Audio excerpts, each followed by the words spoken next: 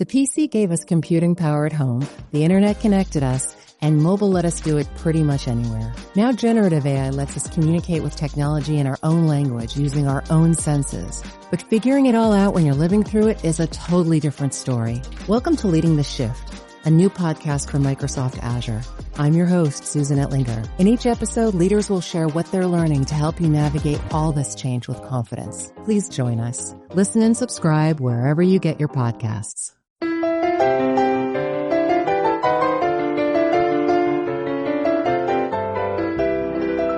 You're listening to the Rotoscopers podcast, episode 18, D23's Destination D and all things Disney.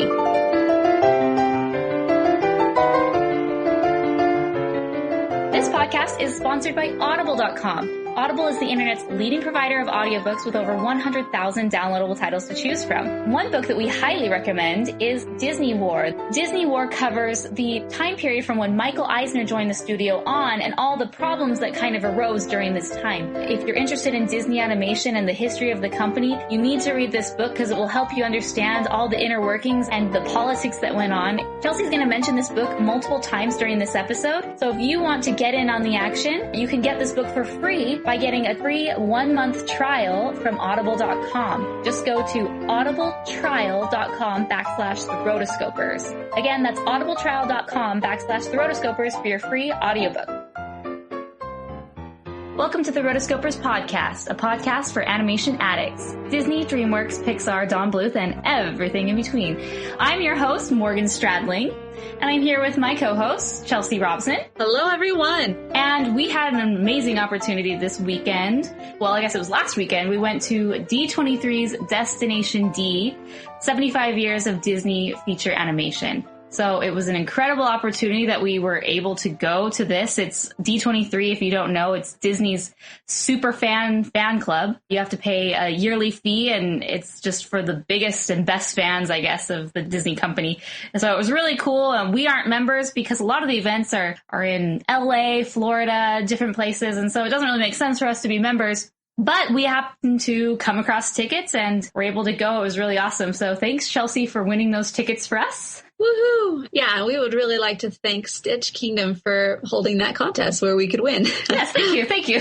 So yeah, that's essentially like what our life in normally say, hey, what have you been watching in animation? Well, we went to that and the whole thing was about animation. So that was pretty cool. So yeah, I mean, shall we go to just a mini little news segment, I guess? Yeah, let's do it. There's been lots of things in the animation world. Opposed to the animated world, which sometimes we say, which makes me think that like we are animated characters visiting, Sleeping Beauty and Prince John. Yeah, exactly.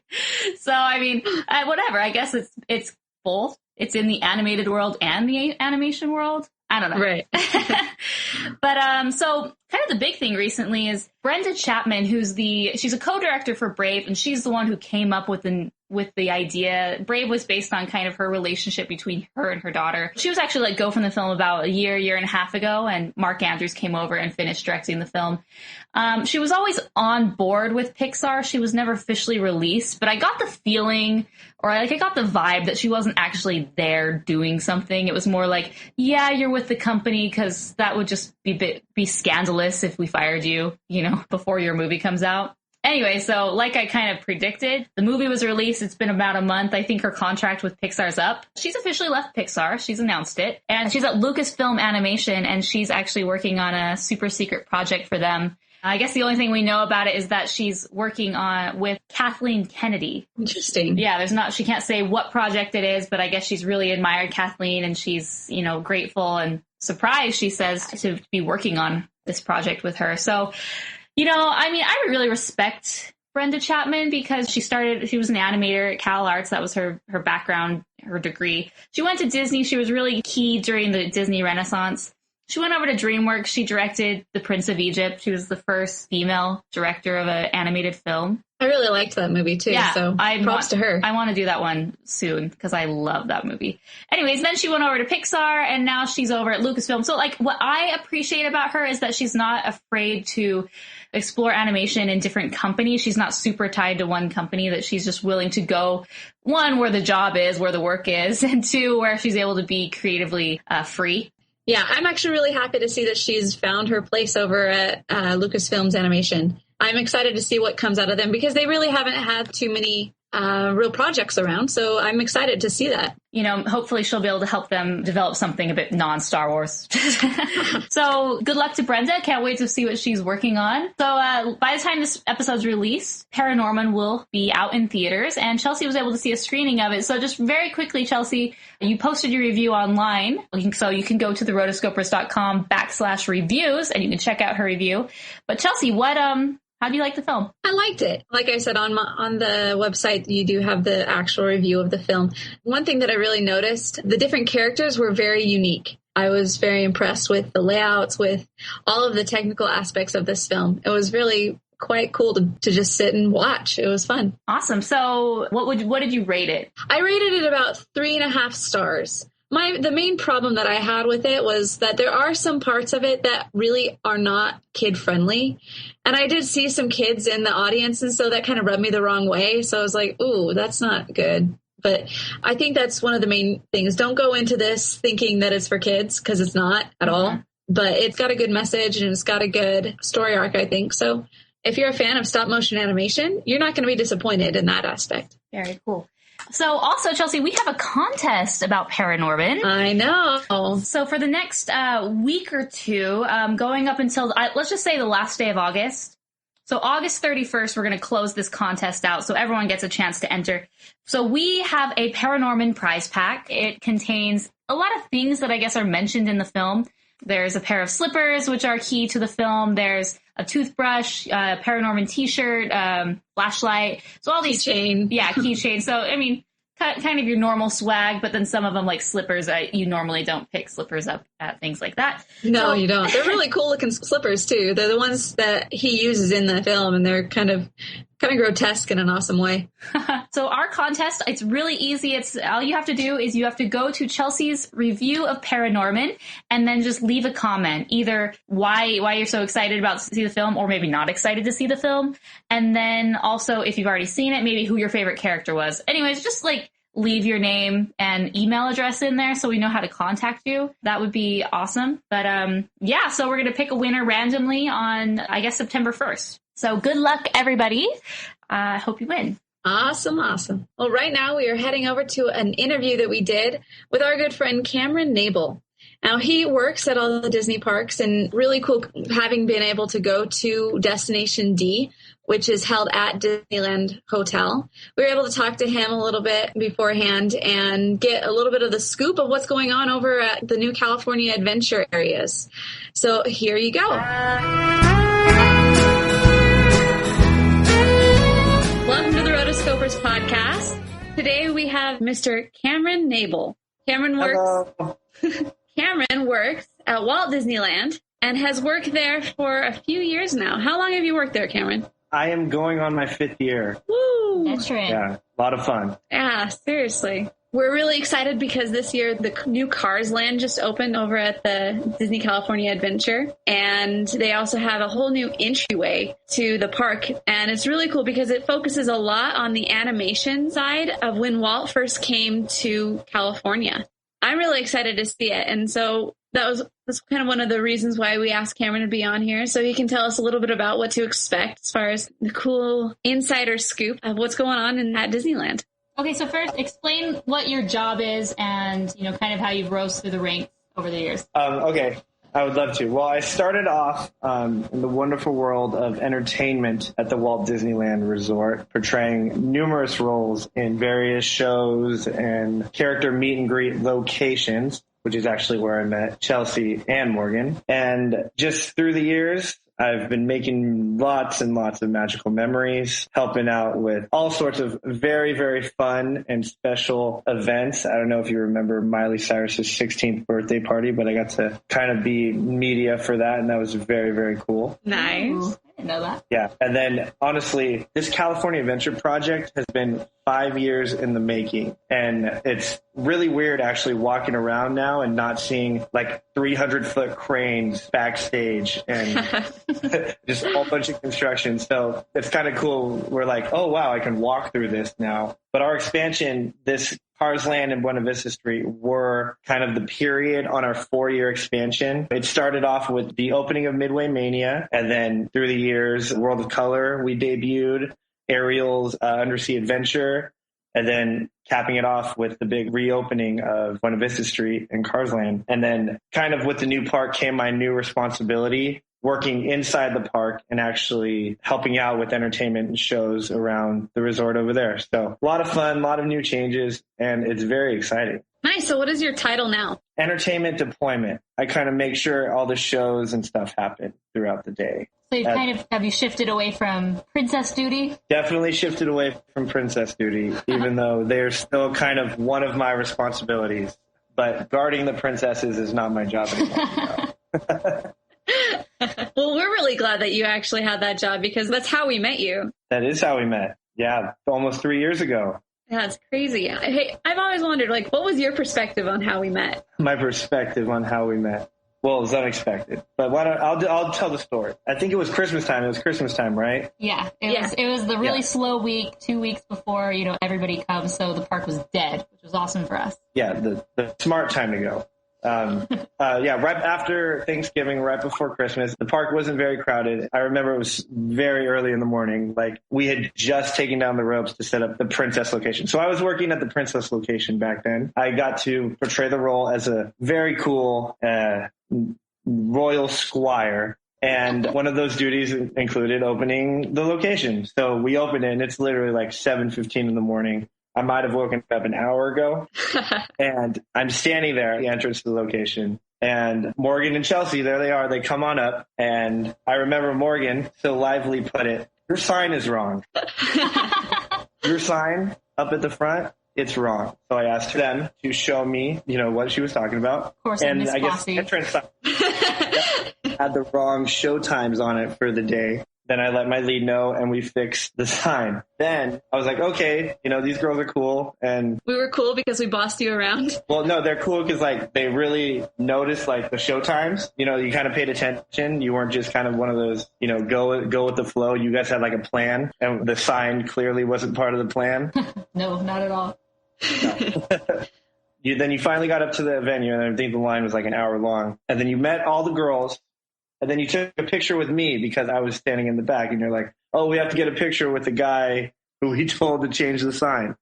You guys were leaving and someone yelled, tag me on Facebook. And my name is Kameron K. So it's kind of unique. Not really, but a little bit. So then a week later, someone who I took internship classes with there had actually gone to school with you guys. And she tagged in that photo that we took at Princess Fantasy Fair. And then we started talking on Facebook and you guys came and visited a couple times and then we became friends through there. So 3 years ago. And that's the rest of the story.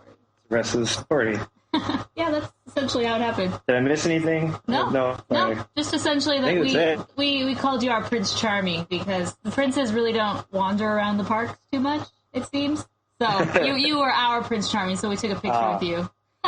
You're nice. More accessible. That's right. I was your Prince Charming. Definitely made my day that day. Well, what's funny is just we're just thinking, we're not quite that Facebook stalker yet to try and look for you. So it was cool that our common friend was able to find you. Yeah, we didn't have to seem like the weirdos. I believe you. So Kameron, since you've started working over in California Adventure more, how was the opening? What happened there? Oh, wow. The opening was California Adventure's grand reopening. So it was pretty much like we opened a brand new theme park. We had training courses months before. We had special speakers. We even shut the park down the day before the 15th just to kind of prepare for the big giant opening that was going to be California Adventure. It actually reminded me a lot of the Pirates 4 premiere, where like we blocked off part of the roadway even so we could let media vehicles in and limos and just all sorts of special guests and camera crews up just to film the reopening. It was quite crazy. When California Adventure opened, it's like standing on the beach looking at a 30-foot tidal wave coming at you. This is before it opened. This is like literally January through May. You can do everything you can to prepare for it, right? Like get all your procedures in line, and then like you can mark it all out. But like once that tidal wave hits you, you're still underwater. Under 30 feet of force rushing at you. So there were lots of adjustments that needed to be made and that we still are making.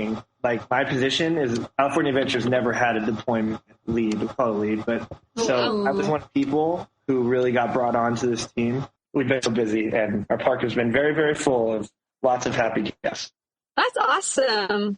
So as you enter into the park over in Buena Vista Street, what are some of the new things that they've added in there? Well, Buena Vista Street, I think you said this earlier, was meant to represent when Walt came to Burbank for the very first time. He came in the 1920s from Kansas City, Missouri. He took a train, and the ambiance is like right when you step off that train into that new foreign city, which is old school Burbank. When you walk in, it's nothing like it used to be. It's kind of got the Main Street feel where there are buildings all around you, and then if you look down the street, there are buildings lined up along the alleyway, and then at the end, instead of the castle, is the Carthay Circle Theater. And the Carthay Circle Theater, of course, is where Walt Disney debuted Snow White to an audience. So it pays homage to the storyteller. And the cool thing about Buena Vista Street is every place or building or store or shop or anything like that is named after one of Walt's old cartoon. So for example, Mortimer's Cafe, which is of course named after Mortimer Mouse. We have Clarabelle's Ice Cream, which is named after Clarabelle. So lots of just really cool and hidden stuff like that to kind of pay homage to the animator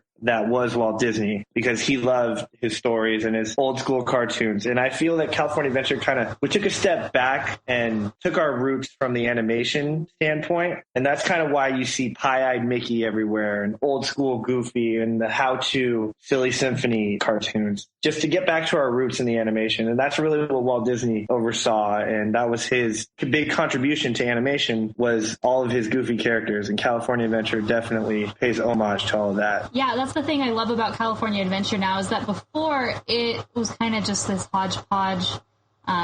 We know what it was before, and it was okay. They had the Art of Animation building. Wait, was that what it's called? No, Art of Animation's the resort. The animation building. Yeah, they have the animation building where you could go in and you could look and you could see these, videos of Color of the Wind and Lion King clips, and you can kind of draw different Disney characters. But, that was kind of about it. But now all these new things that are coming out, all the new, rides and the updates to California Adventure, it is completely animated based. There's Cars, there's Little Mermaid, all these references to animated characters, Silly Symphonies, Toy Story, the Aladdin show. I love what you said, that they're going back to their roots and recognizing how important animation has been to them. Yeah, it's quite incredible. But speaking of Incredibles, our Pixar Play Parade is back as well. So we do have the old school, but also we have our new school stuff with our Pixar characters. So we have a little bit of everything in California Adventure. And you get that feeling of a Disney park when you go in it and you immerse yourself in this new world. And that's really what the point of this whole expansion was, to kind of have you get lost like you do when you go into Disneyland or when you go to Epcot or any sort of thing like that. So the Imagineers did a really good job, especially when you're walking through and you see Buena Vista Street for the first time. Quite incredible.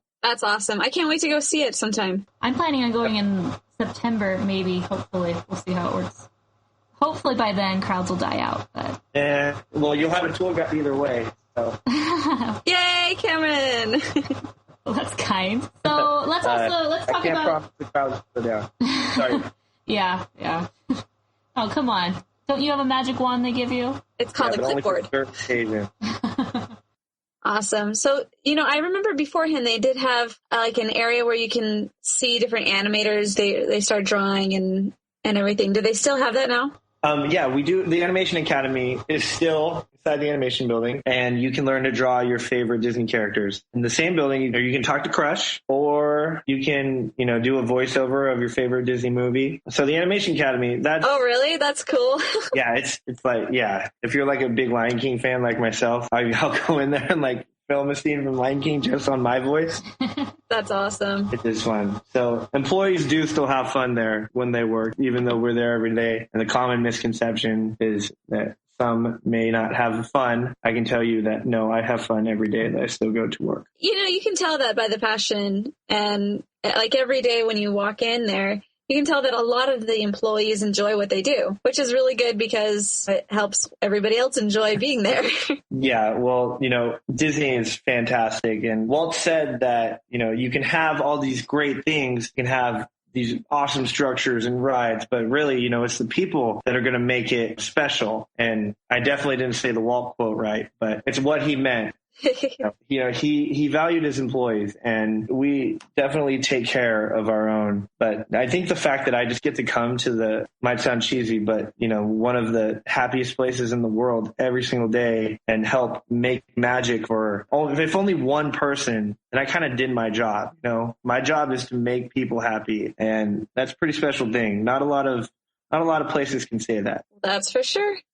So yeah, what is your favorite part of the new stuff? Hands down, it's got to be Cars Land. Yeah. If you have seen the movie Cars, and you're a big Pixar fan like myself, and I know you guys are, just seeing yourself like immersed in the middle of an actual movie is quite unreal. Not only for the fact that you're in the movie, but just, if you're a true fan and you look down Route 66 and then you see City Hall right in front of you, and then as you go down, you see Flo's V8 Cafe, and it's pretty cool. Cars was a great movie, but it wasn't one of my favorites, like Toy Story, but it's quite cool. And like, I've never wanted to get to know a movie more than when Cars Land opened. Oh, geez. Just so I can know everything about it and watch the movie over and over and over again. So, I can talk about everything. And then when you go inside Cars Land, there are so many different hidden things, like of course Mickey's, but also, how things move and how things are lit up and how things are set up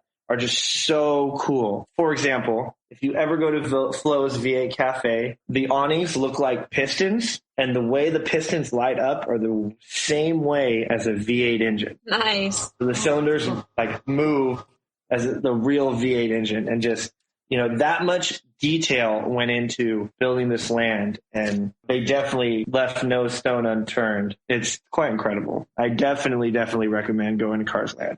I think the line for racers was 5.5 hours when we opened the park. Oh my God. Whoa. Yeah, that's Indiana Jones status. Pretty crazy. I'm sure that's the first place they ran to. Yes. You guys normally get to ride the rides beforehand. Were you on that for a while? Yeah, I got to ride it, I think, 2 weeks before, because we had to train all our cast members and stuff for that. So it was cool. I got to test ride actually all of our attractions, I think, a few weeks before we even opened. So any craziness, were there any crazy guests that came around that you're just like, oh, really? Why? Well, all our guests are special and awesome in their own way. But it's fun. That's so diplomatic of you. I know, right? It's fun to watch people react to the cars themselves, because before Lightning and Mater just took pictures over across from Soarin'. Yeah. Now they drive to and from the cozy and hang out and take pictures, and then the other one comes and we'll bump each other out, and Lightning is like, hey, Mater, it's time to go. And it's quite incredible, because Cars Land, if you've ever seen the movie Cars, you are in Radiator Springs. It's dead identical to the movie. So you see Lightning and Mater come out, and this one guest, I thought she was going to jump inside Tow Mater's bed. She loved him so much, or is such a big fan. And it's cool because when we open the park, we have a fun little moment where all the guests who are waiting to come into Cars Land, we don't really let them in until Lightning McQueen and Mater drive them in. So they kind of follow the cars in. And that's where I thought literally she was going to run and jump in his bed. Oh, jeez. Mater, you had a really big fan here. And it's really cool. And then the excitement that these tiny little boys get when they see Lightning McQueen or just come off of Racers or just come off of Luigi's, it's pretty cool. Like working at the Princesses for a long time, like you saw that with the little girls. But now that like the boys really got something to hold on to and just like, yeah, this is our land and we're race car drivers. Very good job. I'm so happy that I get to go into Cars Land every day for work. It's or California Adventure every day, but I try and stroll through Cars Land at least once. So the Little Mermaid ride, is it called Ariel's Adventure? Yeah, Undersea Adventure. Mm-hmm. Yes. So that opened up a year ago. And so, I mean, how has that proven for California Adventure? Has it been a very popular ride? It seems it's one of those rides where it's just a constant stream of seats. So you can kind of fill a lot of people in the seats at once, and it has kind of a smaller line. I don't know. Has that been as successful as they wanted? How do you feel about it? Well, I don't know if you can really measure success of an attraction just by its first maybe year. The hype and everything, yeah, you'll get the true fans like you always do. But, those dark rides are really ones that are meant to last really a long time. Because how long has Snow White's Scary Adventure been there? Or Pinocchio or Peter Pan? I think the more of the purpose of putting Ariel there, besides she's, one of the coolest princesses, is that, they wanted to make that timeless dark ride feel in California Adventure as well. So that's why we have rides like Ariel's Undersea Adventure and Monsters Incorporated. You still got the kind of old school, we call it dark rides. And then we also have our e-ticket rides, which are now Racers and Tower of Terror. So you got a little bit of everything for everybody. And Ariel definitely paid those mermaid fans. It gives them everything they want. And I don't know if you've seen that building. It's probably the most beautiful building for an attraction I've ever seen. It's just gorgeous. If you look at the front of it, it has all of Ariel's sisters on it, kind of in a pyramid up to who is at the top in a bronze statue holding his trident looking over Paradise Bay. It's beautiful coral blue and just very pretty ocean colors. There's seashells on the ground inside the pavement. A lot of work went into building that building, and it shows. It's magnificent. Probably the most beautiful structure we have at Disney California Adventure. Yeah, I remember going into that. When I went there the last time, I thought it was just gorgeous. And isn't that statue of King Trident, didn't that used to be over in Disneyland? Yes, it actually used to be at what used to be called Ariel's Grotto, the old meet and greet location. Yeah. Yeah, it used to actually squirt out water, too. Does it squirt out water still? It doesn't anymore, no. Dang it. That would be pretty funny. It would work perfectly in the summertime. Yes. I think World of Color gets that area wet enough as it is. So. Yeah, that one's cool. I love the World of Color. That one was so awesome. It really does show all the classic and just those epic moments of all of the different animated movies. I think that was one of the greatest things that they added to California Adventure over the last couple of years. I mean, I haven't seen the other things, but from what I saw, that was the top of my list. World of Color is incredible. You're right. It has that classic Disney feeling, and it incorporates all the favorite songs with some favorite moments and lines. Some Disney characters. The cool part about World of Color is it can be updated at any time. So when Pirates 4 came out, we updated the Pirates of the Caribbean scene and added mermaids and Blackbeard and more fire. And the most recent change actually is we added a Brave whole segment in the show. And if you've seen the movie Brave, it's kind of like mimicking the hills of Scotland as Merida is riding along on her horse. It's actually quite breathtaking just to see, how water can incorporate and look like hills just by projections and lights.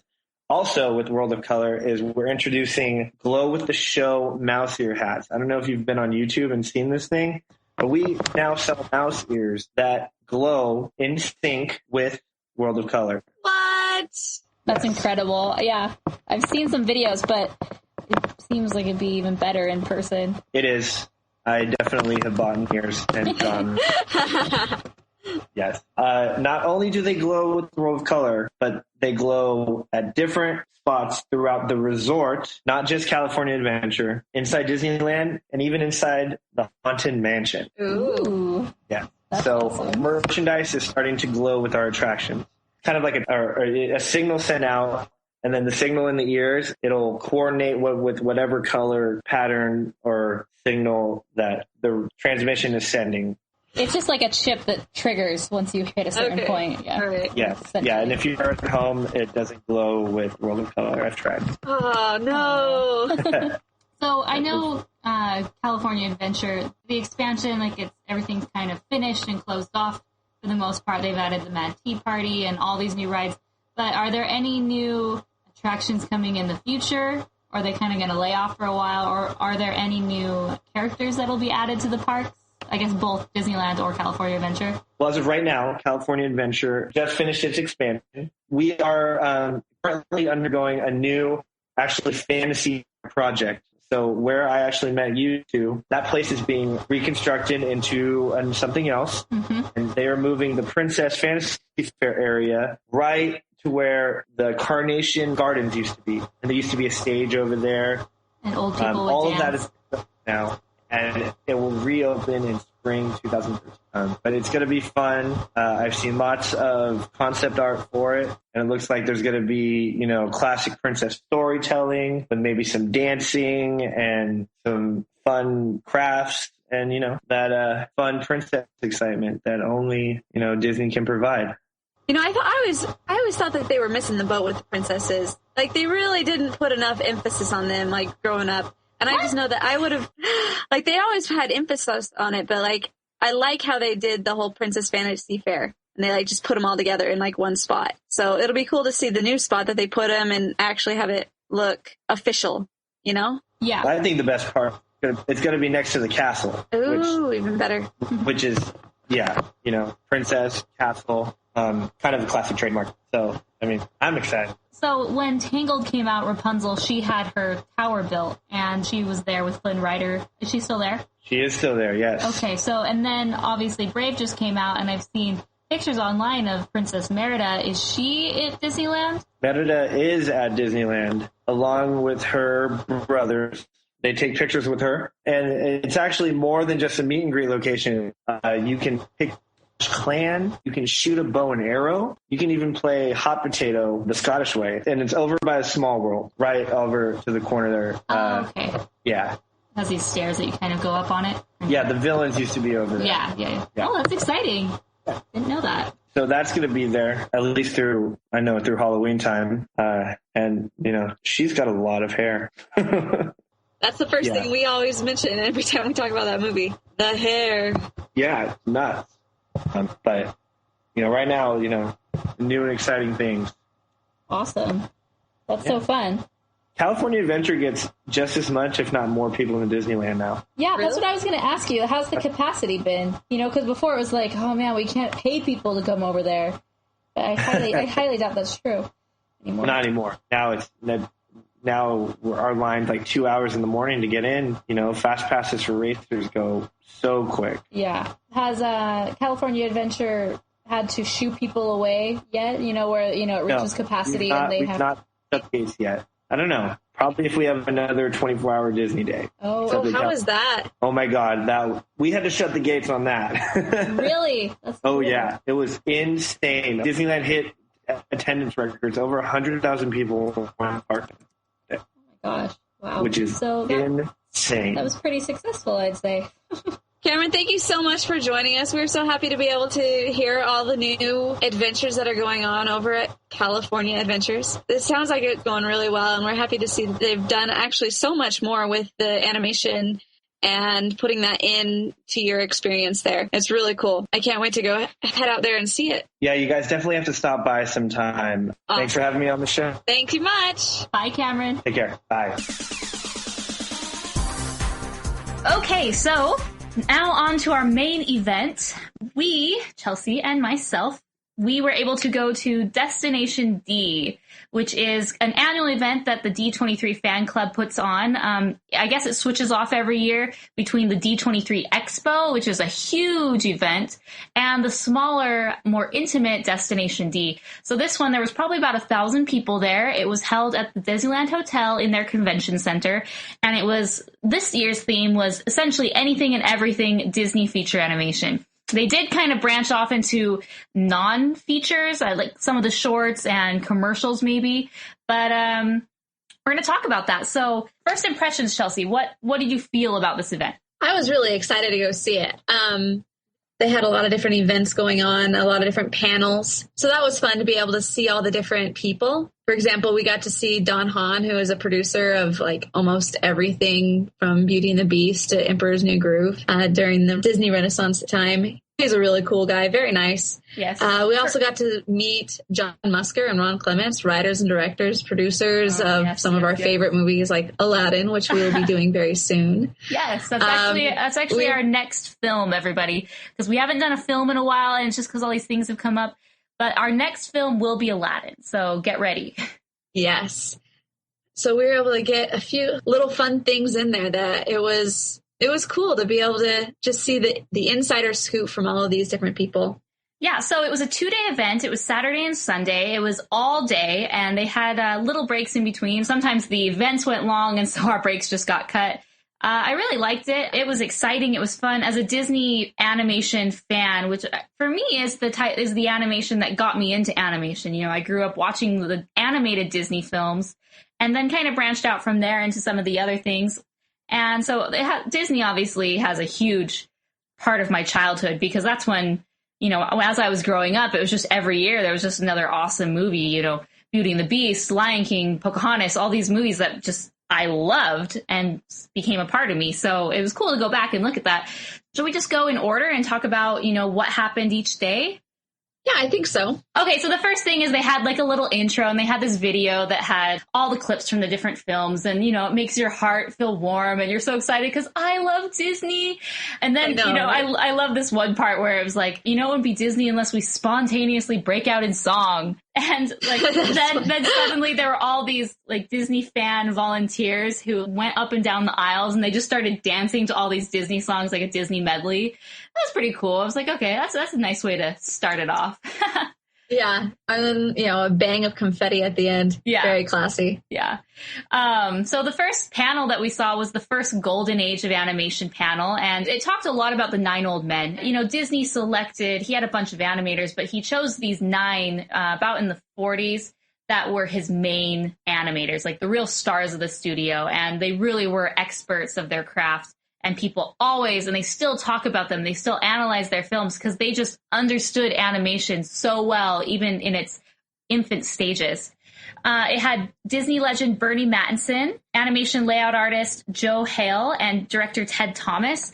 So, you know, those 2 animators, they had, you know, one of them had been at the Disney studios for 59 years. You know, both of them had been there since essentially the beginnings. So they obviously knew Walt, they knew the 9 old men, and so they told a lot of stories about them.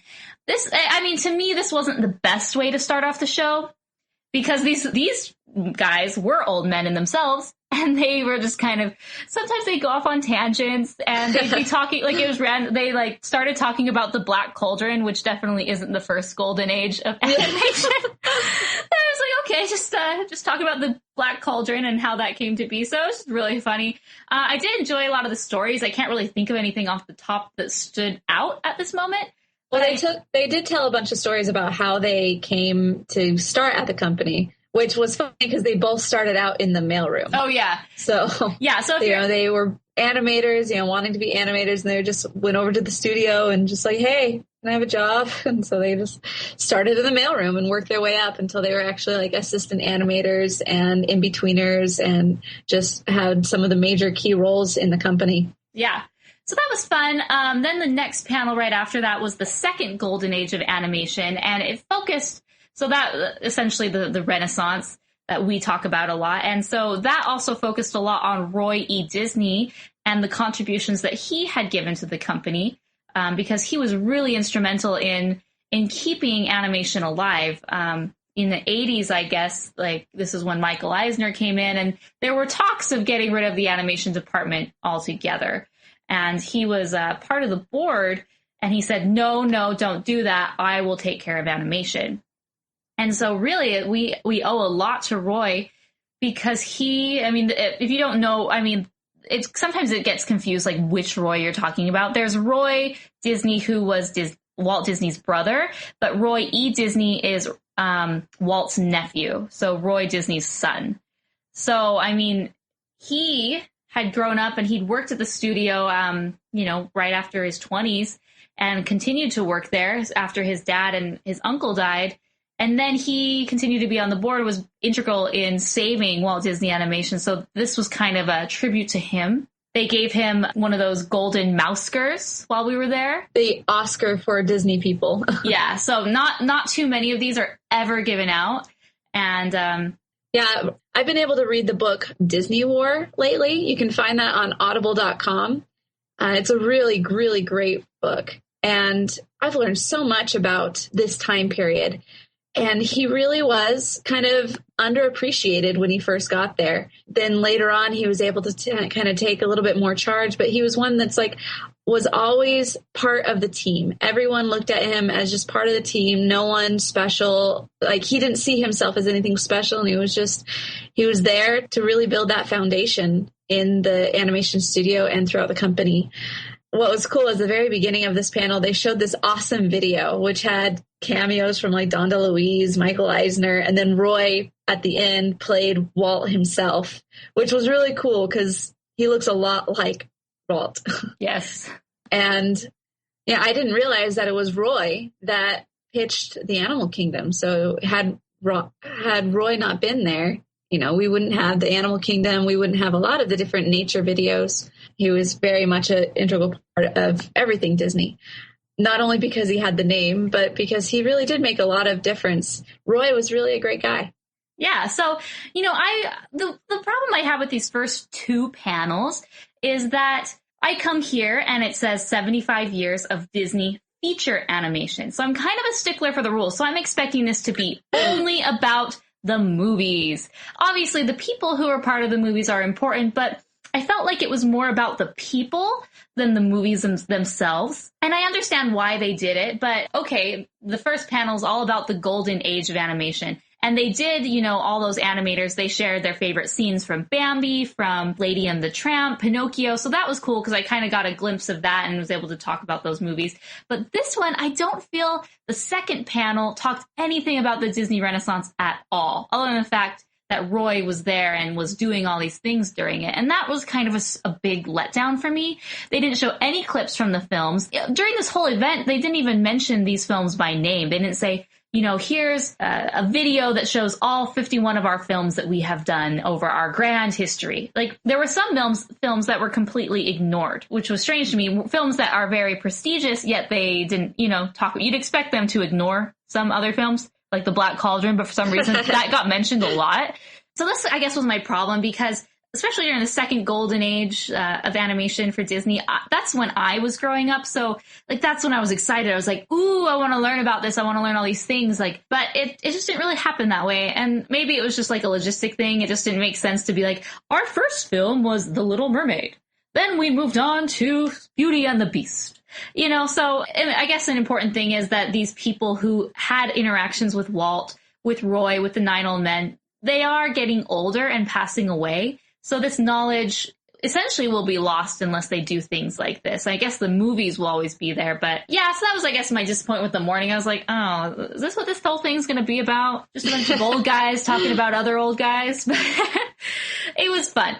That was good. So that was the morning panels. It was interesting that you say that because one of the feelings that I got from the first section of the first part is it was kind of low key. I guess I kind of just expected it to be a lot more engaging. But like you said, it's just these are people that are meant to be in the background who are being in the front. And so it was come on, pump up the energy a little bit. But, it was cool to be able to get some of the information. Yeah, definitely. So after our lunch break was inside the Walt Disney Animation Studio today. So this panel was really exciting because this is talking about what films are currently in development. And essentially, it was a giant PR and promotional event for these new films. Which was, I was way excited about. Way awesome. Tell me. Yes. Tell me why I need to see these movies. So the first one, this is what they talked about. They talked about Wreck-It Ralph. They talked about the Paperman short. And then they talked about Frozen. So this is big for us. So first they started with Wreck-It Ralph. we have seen Wreck-It Ralph. We've talked about Wreck-It Ralph a lot on this show. The things that they mentioned and talked about weren't necessarily new. Some of it had been mentioned at the Comic-Con panel. So nothing really new came out of that. There was a really funny video that the director Rich Moore did talking about the game of Sugar Rush, essentially the Candyland race car world. So that was funny because he talked about, you know, make sure to bring lots of candy to this movie because you're going to be drooling when you see these sets. And, he told some cool stories about candy and how they were like figuring out what candy looks like and how to make it look good. Yeah, like for example, he's like, I never knew when I was 6 years old that someday my job would be deciding and figuring out what frosting looks like when it's pounded by a rock. It's just like he shows video of him taking this giant rock and throwing it into this big thing of frosting and how it just kind of splatters everywhere. Yeah. So he was very excited about this candy universe because apparently he really, really enjoys candy. Yeah. And it was cool to see this part because this was actually one of the scenes that wasn't completely animated when we saw it. And so being able to see the final finishing touches on it all was really, it looks really good, actually. So I'm excited. Yeah, they're getting there, guys. They showed us about a 10-minute clip, but it was like multiple clips that they had. I guess they didn't want to give too much away, so they showed us a clip of, you know, Wreck-It Ralph's world, the intro, then they went to Hero's Duty, then they went to Sugar Rush. So we got an idea of how visually different each of these worlds are. And most was finished animation, but like I'm still so surprised that they're showing incomplete animation and all these things.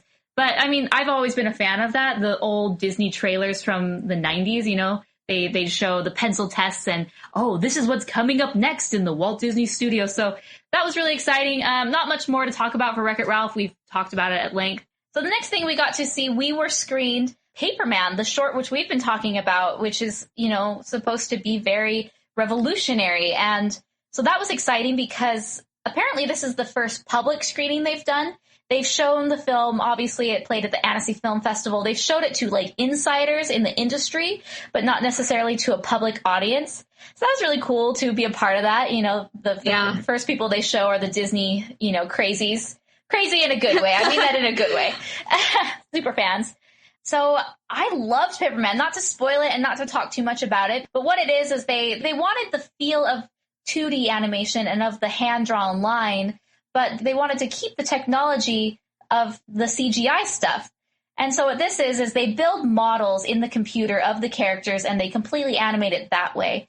And then they add a layer on top where an animator goes and he hand draws the characters on top. And then they use software to kind of mesh those two together. So they blend and they look beautiful.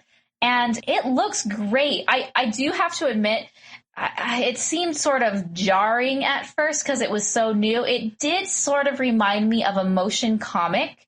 The motion comic, sometimes they'll just like grab a piece of the cheek or the mouth and kind of drag it down, and that's the way that they animate. And I know that's kind of what this software does, is that the animator draws on top, but then the software kind of moves it if necessary where it needs to go, if the underlying piece of CGI animation is moving. So at first I kind of got that vibe, but not entirely. And then as it picked up and started moving and then people were running and racing and doing things, I forgot about that and got lost in the story, which almost brought me to tears, I must say. It was a great storyline and very good music choices as well. You know, just the whole thing was just like, oh, makes me happy. Yeah, so this is definitely one you want to see. It looks great. I mean, this is just their kind of test run at this new technology, and it'll be cool to see how they improve and develop on this and maybe even turn it into a feature. They did show us a little making of where they showed each layer of the process, how they start, you know, with the model and then they add the animation and whatever and fine tune it. And that was really cool to see because I'm all about the behind the scenes stuff.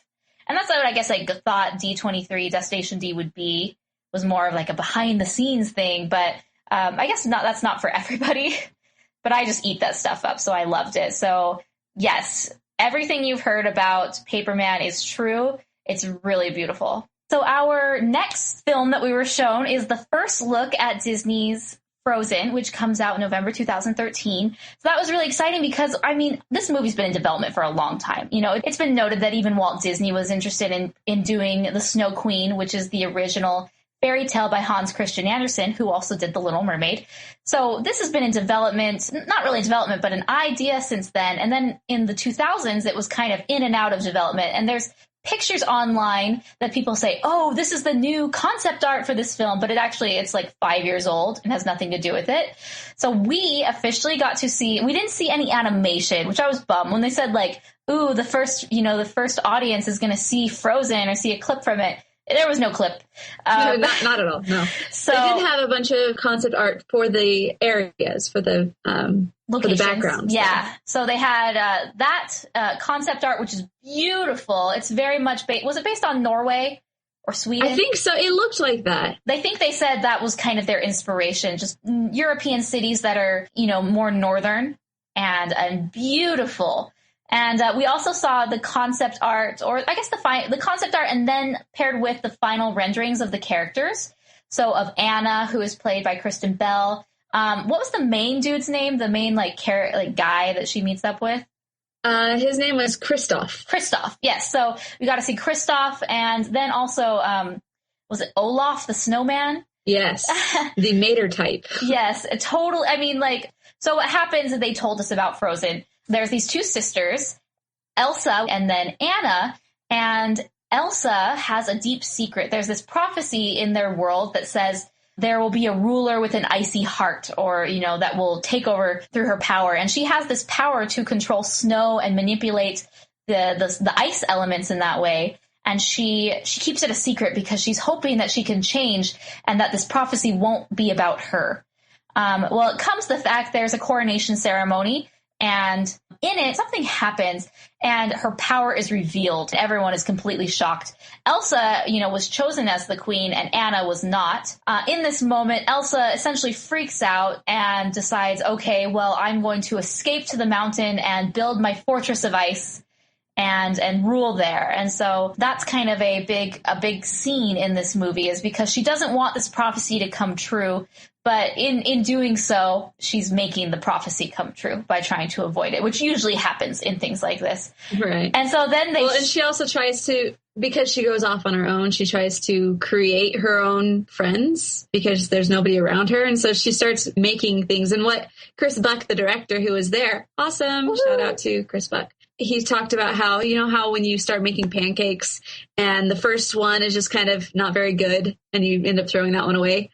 He kind of linked that to this character, Olaf, who is, less than desirable as a companion. So I guess I would say that he's more of like the mater type, kind of buck teeth, looks like that. So anyway, that's where this Olaf character comes in, the little snowman, and he ends up helping Anna and Kristoff later on. This obviously is a Disney classic animated musical, and so they gave us a preview of the song that Elsa sings as she's run away and she's creating her fortress. She's beginning to accept her powers and whatnot. And so these songs are written by Robert Lopez and his wife, Kristen Anderson Lopez.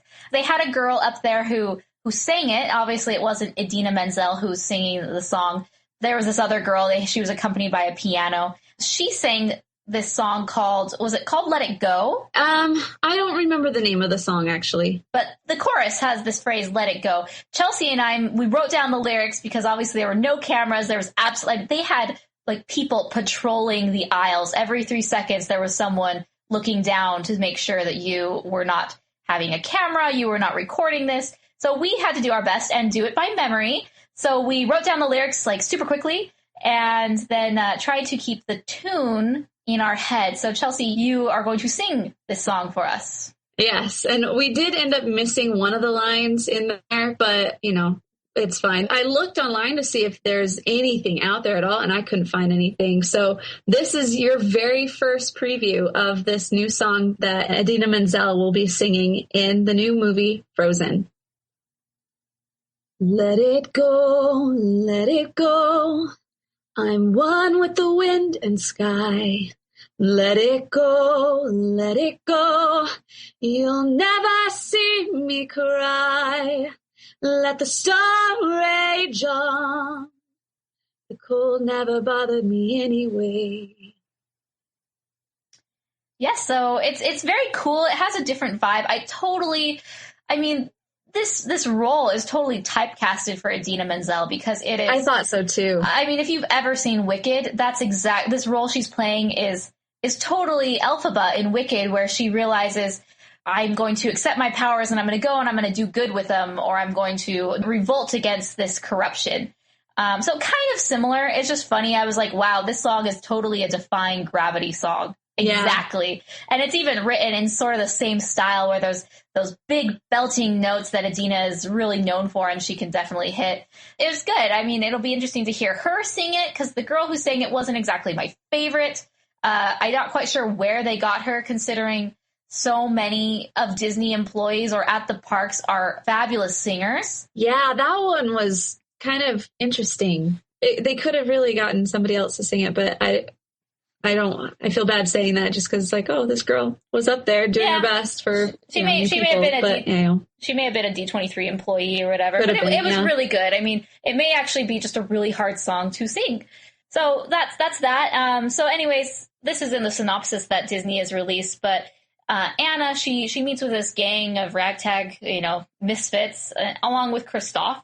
And she has to kind of race against time so she can melt her sister's icy heart. So it's not like we have to defeat her, but we have to change her, make her better, make her see the light, that it's okay, that this isn't a one-way street, that she can come back. So that's exciting. I really liked it. I can't wait to see more, but I don't think we'll see any more for a long time, unfortunately, but it should be good. Later on during the show, they actually showed the greatest Disney animation you never saw. So they go through, and Don Hahn was up there with Dave Bosserts. They showed a bunch of different clips, like old commercials, just different animated things that I thought were pretty interesting to see. Then they also had a panel about animating the Disney parks. And, just like we were talking about with Kameron in the beginning of the show, there is a lot that goes into making sure that the parks look the way they do. Disneyland in general mostly is what they were talking about. But that was really interesting. And then at the end of the night on Saturday, we got to see a really cool presentation with Dick Van Dyke and the Fantastics. Yes, I think last year at the D23 Expo, Dick Van Dyke performed with the Fantastics. And I thought, really, I mean, you did this last year. Is there no one else you can get? Dick Van Dyke doesn't really have much to do with Disney animation. He was involved in Mary Poppins, which was half animated, but okay, I'll roll with it. He did sing some Disney songs from the animated films, which kind of made up for it. Yeah, so that was really exciting and awesome to see Dick Van Dyke in action. He's awesome. He still has an amazing smile. It was just fun. Very high energy. He's is he mid-70s now? He is 84 years old. He's 84, okay? And this guy is up there dancing with Step in Time and all these other little choreographed things that they have. It was so cool. So yeah, that was fun. My favorite, he got up there and he's like, hello, everybody. These are the Fantastics, and I am what's left of Dick Van Dyke. Yeah, so that was a nice way to wrap up that evening. It was fantastic, I'll admit. It was fantastic. There was a screening of the director's cut of the documentary Walt and El Grupo. It was during World War II, and Walt was commissioned by the government to go down to South America and to be able to kind of create some video or some movies. They didn't have videos back then. To create some movies just about South America, so to kind of build some goodwill. And they did a documentary on it, and I thought it was pretty cool, the concept and just being able to see exactly what happened during that time frame. Yeah, it was really awesome to see, how Saludos Amigos and the Three Caballeros, what inspired those films, because he went from doing feature films, which were beautiful, Snow White, Pinocchio, and then to these short little segmented type films. And so you kind of got the inspiration behind that, why did they start doing those? Obviously, money got cut and, these little segmented things were a lot easier to do. But then why South America? Why were these kind of influenced by that? And so that was really cool. My only complaint was it was the director's cut. So it was very, very long. And it was at the end of the day, we were kind of exhausted. And that was an amazing movie for any Disney fan to see, so you can understand the history behind the movies. But I wouldn't recommend watching this movie at 9:30 at night after a big, long day. I found myself kind of getting very bored during it, not because it was boring, but because just the timing. This isn't a movie you watch at night. It's more like a daytime type thing. Yeah, for sure. It was also freezing in there. We were both like, oh my gosh. Yeah, because they had, that was the worst part, because I think they had the room set to, there was usually about 1,000 bodies in the room and about 900 of those left. And so we didn't have any warm bodies to, make up for the low AC quality. So it was a problem. So that was like a kind of a complaint. I was like, man, it's also hard to watch this thing because I'm freezing. But, all in all, it was a good movie. So if you're out there, you can probably find it somewhere. Walt and El Grupo. It's pretty cool. Next morning, we started off with kind of an interesting panel. It was called Wacky and Wild Animation. And so this was just different, kind of funky things that Disney had explored with over the years in their animation. First thing you think of is Pink Elephants on Parade. That was there. That was okay. That was better than animating the Disney Parks panel for me. But yeah. That was just crazy psychedelic animation that they've done over the years. That was cool to watch because, to me, these films are obviously visual. So being able to, when they show clips whenever, is really what I enjoyed. The next thing is they had Drawing with Personality, and it was hosted by Andreas Deja, who is the legendary Disney animator who's done a lot of villains, Scar, Gaston, King Triton, who's not a villain, but he's definitely been involved with doing all those things. Oh, he did Jafar. He's very famously known for Jafar. He had this overhead projector, and he would be drawing the characters and talking about, oh, well, when we were developing this character, this happened, or here's something cool about Scar. We didn't know where to put his Scar. And I really enjoyed that. That was really visual. And he's such a nice man. Yeah, he was just very down to earth, very personable too. Yes. And so he actually has a blog. It's called Deja Vu. His last name is spelled D-E-J-A, and View meaning V-I-E-W. So Deja Vu, just type that in. That's his blog. And what I love, this was kind of like an extension of his blog because he's a Disney animator. He has access to the Disney archives for all the old animated footage from the 9 Old Men. He obviously studies those because it's so important to him to learn.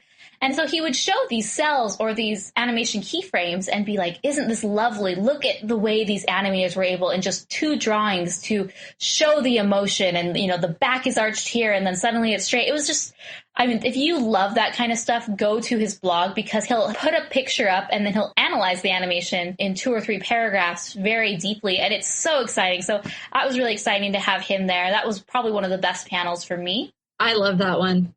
After, it wasn't really a panel, it was just him. Yeah, well, yeah. It was great. It was just him. So after the break, we got the panel, which was called Tinkerbell, the Evolution of a Disney Character. And so this one, it goes way back even before Disney, where James M. Barrie, the writer of Peter Pan, how Tinkerbell sort of developed as a character there and later moved into Disney when they were able to get the rights for the film. What I thought was interesting about Tinkerbell, in the new Tinkerbell films, she is a tinker fairy. And at first I thought that was just, it was a play on the word tinker because, when you tinker with something, you kind of mess around. I didn't know that a tinker was an actual person. And so it turns out these tinkers in the late 1800s, early 1900s were people who were kind of gypsies. They kind of lived on the outskirts of town, and they would come into town and they would fix things. They'd fix your pots, they'd fix your pans, they'd fix your chairs.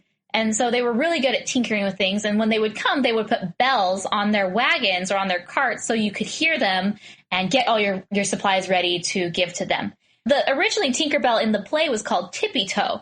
And so when they were doing rehearsal for this, they decided to use a bell, obviously. And so they called it the Tinker Bell because tinker and their bells were very common to these people. If you said a Tinker Bell, everyone knew what that meant back then. And so when they wanted her to come on stage, they'd say, ring the Tinkerbell or, bring in Tinkerbell instead of Tippy Toe, which was her original name. And then eventually the name just stuck. And that was something I did not know about Tinkerbell. And I'm very glad because Tinkerbell's such a cute name, much better than Tippy Toe. Yeah, kind of dorky. But so that was really cool. And then they talked about really how designing this character was a really big deal. And so they brought in these 2 women. One was the face model for Tinkerbell, which no one knew who this lady was. I think there was one picture of her. maybe. Yeah. Or this picture just resurfaced and then they didn't know who she was. And turns out she worked at the studio and the animators just pulled her aside. So it was actually, she was there. Yeah, she was just an ink and paint lady that they just went around the studio like, you, come here. Yeah, exactly. Ginny Mack was the face model. So this was actually the first appearance of the Tinkerbell face model. So it was very, very cool in that way. And then they brought in the body model, which was Margaret Carey. And she's, famously, she was a model who was famously known for her curves. She had best legs in Hollywood. Yeah. So that was kind of cool. I mean, obviously you can't bring in Tinkerbell's voice actress at the time because she had none. But that leads us to the next thing. They brought in Mae Whitman, who was selected a few years ago to be the voice of Tinkerbell in the new Tinkerbell franchise. And she's so cute. If you've ever watched Arrested Development, she is Anne from Arrested Development. So hilarious just to look at her and be like, oh, you're Anne. I love her. Really? Her? So she was really nice and sweet, and she seemed very gracious and happy about this opportunity. She was saying, like, these movies really do teach you good values. Like, sometimes I'll come home from a read and I'll be like, you're right. Like, I really should be less judgmental. And so that was kind of a funny quote that she said. And she was really cool. So that was kind of the evolution of Tinkerbell from start to finish. That was a cool panel. I liked that one a lot. Mindy Johnson was actually the host of that panel, and she is the author of an upcoming book called Tinkerbell, An Evolution, that comes out in fall of 2013. So our next panel was Hearing Voices, a salute to Disney voice artists. So they just brought in voice actors over the years. They had Dickie Jones, the voice of Pinocchio, Catherine Beaumont, who's famously known for Alice and Wendy, Lisa Davis, who did Anita. She was tender. I liked her. She was a character. She definitely talked about her feud with Zsa Zsa Gabor in some of her earlier films, and how since she had worked with Zsa Zsa Gabor for such a long time, she was able to imitate her very well. She did a read for Cruella de Vil. They wanted her to kind of do a Zsa Zsa voice for Cruella de Vil, and she was reading with Walt Disney, and very soon into the read, she realized, oh my gosh, I am not set for this thing. I'm not good at this, actually, as I thought I was. So she turned to him, she said, can we switch roles? Can I read for Anita? And so she started reading for Anita, and obviously was perfect for the part. She had a very sweet, silky voice for Anita, which was very, very good. So, and then she did her famous, I guess, I didn't know this was Anita's most famous line, but she's like, the line I get asked to say is, Roger, tea time. Tea time, Roger.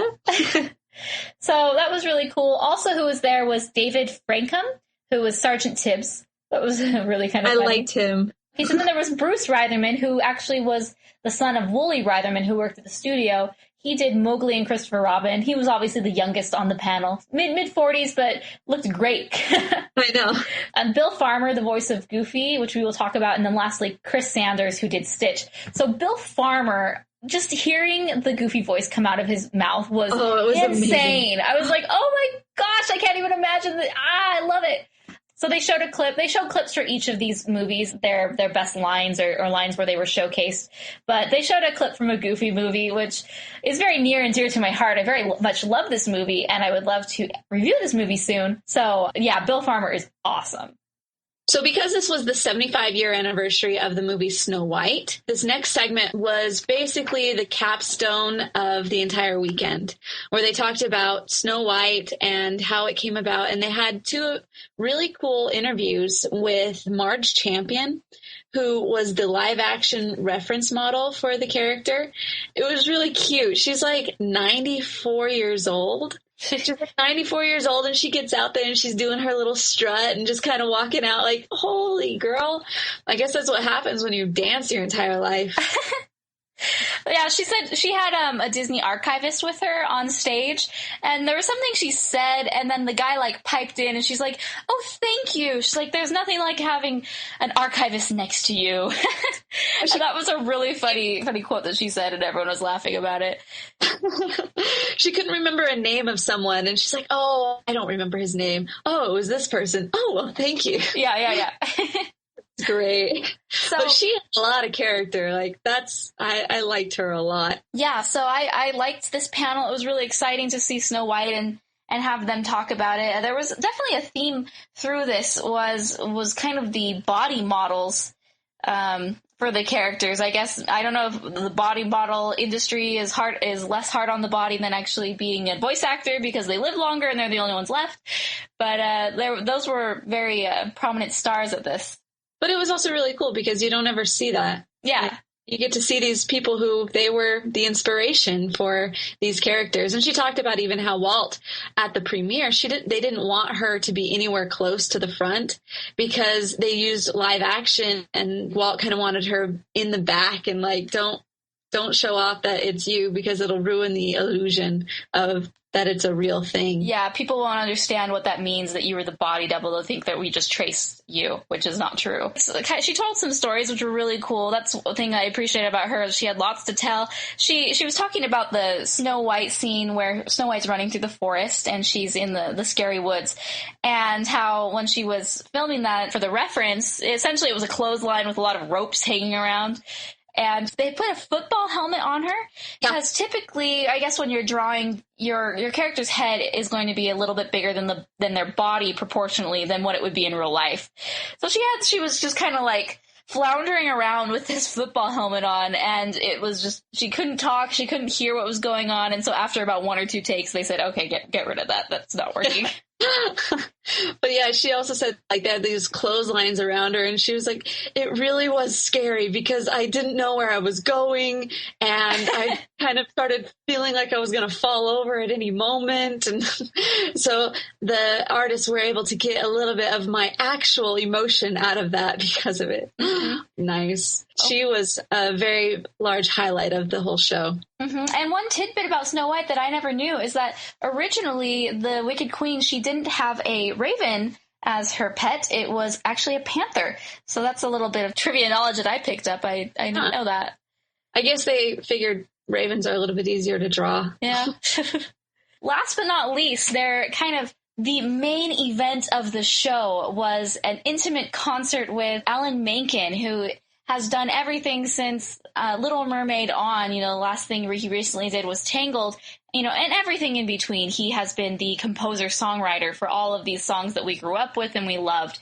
We actually did not get to go to this panel. We won these tickets, and then I had an MBA. I'm in an MBA program, and we had an orientation in between this.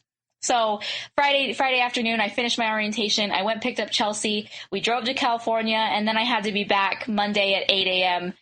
To go. And so as a result, we had to leave so that way we wouldn't be driving through the night and I would be a zombie in the morning. And I'm not saying I regret it, but I've heard that this was an incredible opportunity. It was just very sentimental and very emotional and it just felt, from people I've heard, it just felt like you were sitting in his living room, just, having him playing the piano for you. But I think those things are on YouTube, so you might be able to check them out. Yeah, that was our one justification for leaving. We're like, I know this is a once-in-a-lifetime opportunity. He never does concerts. That's just not his style.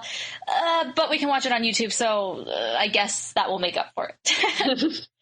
So all of you will have the exact same experience that we did at that point. Yeah, so again, I have to apologize profusely to Chelsea. I feel for the rest of the life I'll be apologizing. She's our resident music expert, and as a result of my schedule, she was not able to go to this, and neither was I. As a big Disney fan, I think this would have really been the main highlight. Kind of the thing I was looking for that some of the panels were missing was just kind of direct films, and the songs, are coming from the films.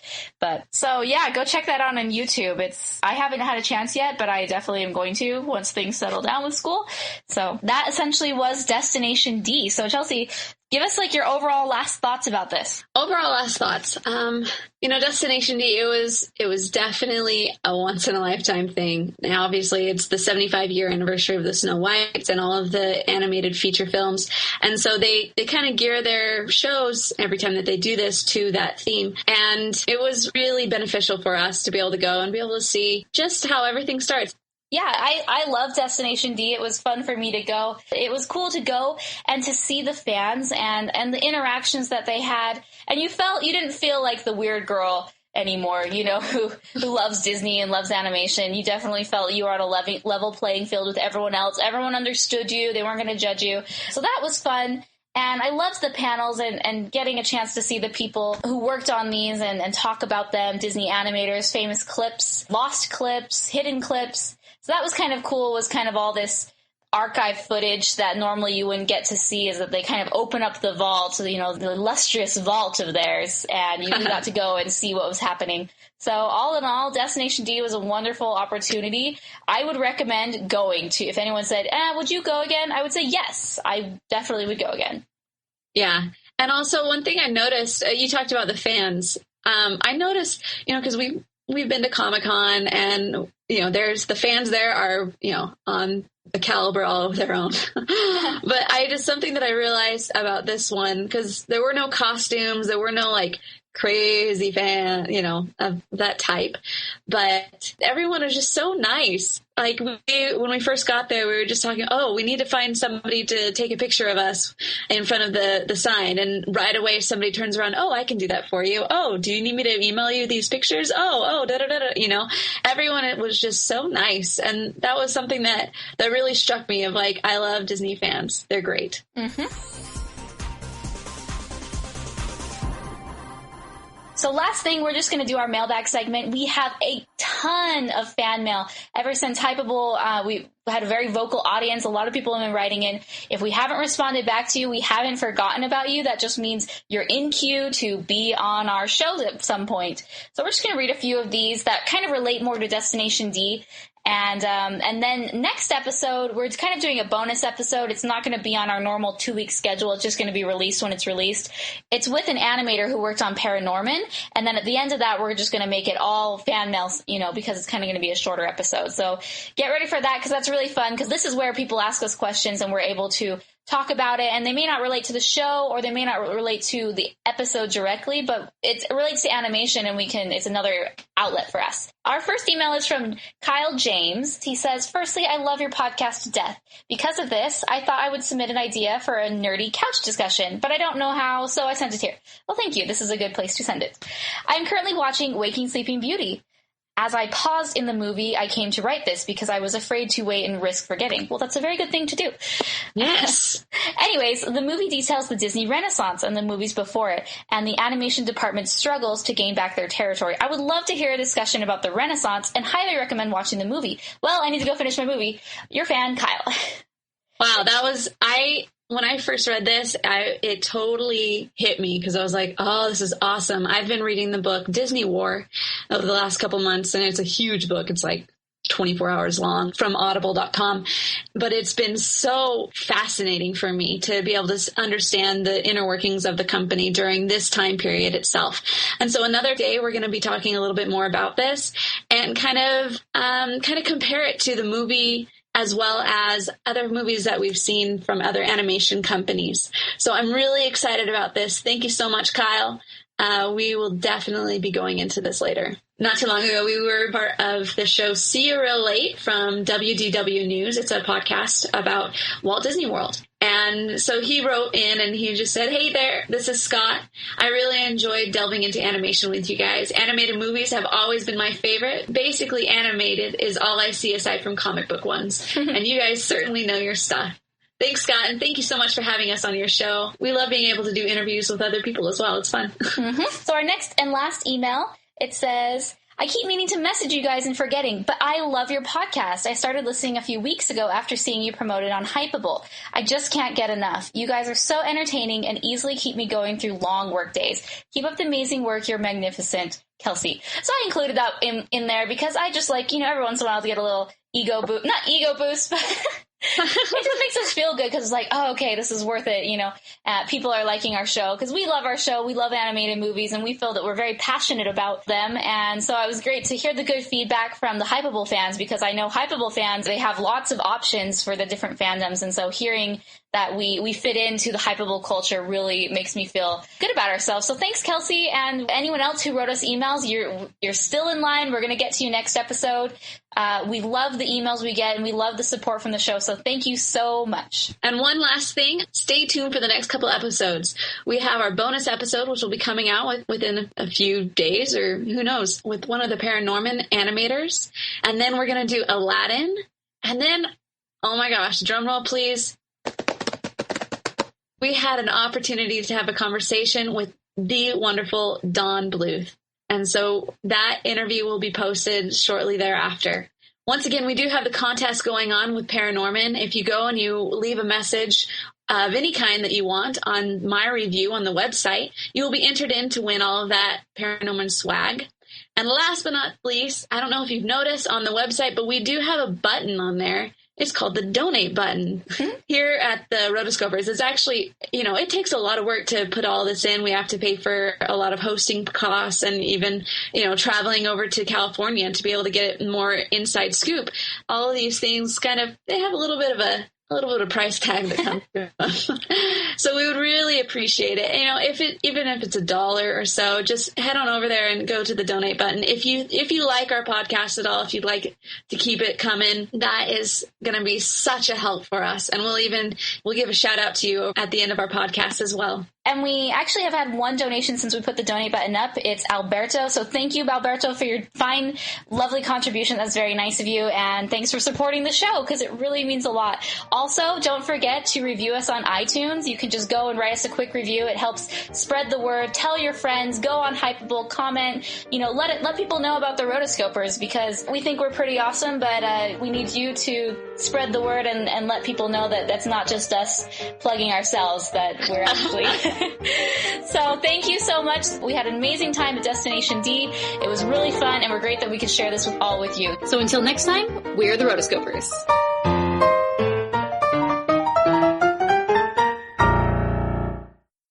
Fantastic. Very fantastic. They think they said that was kind of their inspiration, just this Icelandic, well, that's not even in the same area. Yeah. But they previewed a song which was written by those Lopez people. Go find it. Let me look it up. Chris Sanders, who was actually the director of Lilo and Stitch, he ended up doing the voice of Stitch. Mohana means family. Family means no one gets left behind. I can't do it very well, but, it was good.